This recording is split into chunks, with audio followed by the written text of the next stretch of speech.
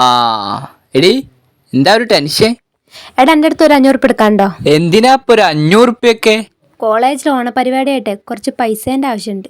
വീട്ടുകാരോട് വെച്ച് നോക്ക്, എന്തേ കിട്ടൂല?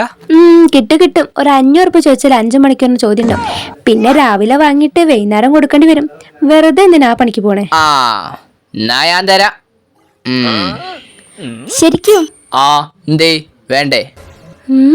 പിന്നെ വേണ്ടാതെയാ കൊണ്ടങ്ങോട്ട്. എന്നാലേ ജിന്റെ ഫോണിലേക്ക് ഒരു 100 അയക്കി, എന്റെ അക്കൗണ്ട് ഒന്ന് ആക്റ്റീവ് ആക്കാനാ. ആ എടാ എൻ്റെ പൈസ ഇല്ല, അല്ല എന്നോട് ചോദിച്ചേ. എന്നാലേ എന്റെലും പൈസ ഇല്ല. അപ്പൊ ജി ആദ്യം 500 തരാന്ന് പറഞ്ഞതോ? ഞാനും എന്റെ അതേ അവസ്ഥയിലാണെന്ന് അറിയിക്കേ.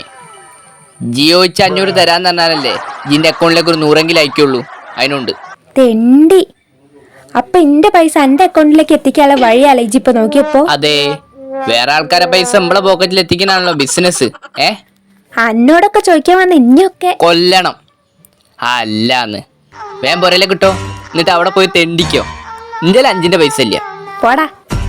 500 എന്നോടൊന്ന് ചോദിക്കുക, ഞാൻ തന്നെ ആ പീടിയെന്ന് ഒരു ബിങ്കോ വാങ്ങാൻ അങ്ങനെ പൈസ ഒപ്പിക്കാന്ന് വിചാരിച്ചിരിക്കുക. പൈസ ഇപ്പൊ എങ്ങനെ ഒപ്പിക്കുക? ഒരു 5 കിട്ടായി.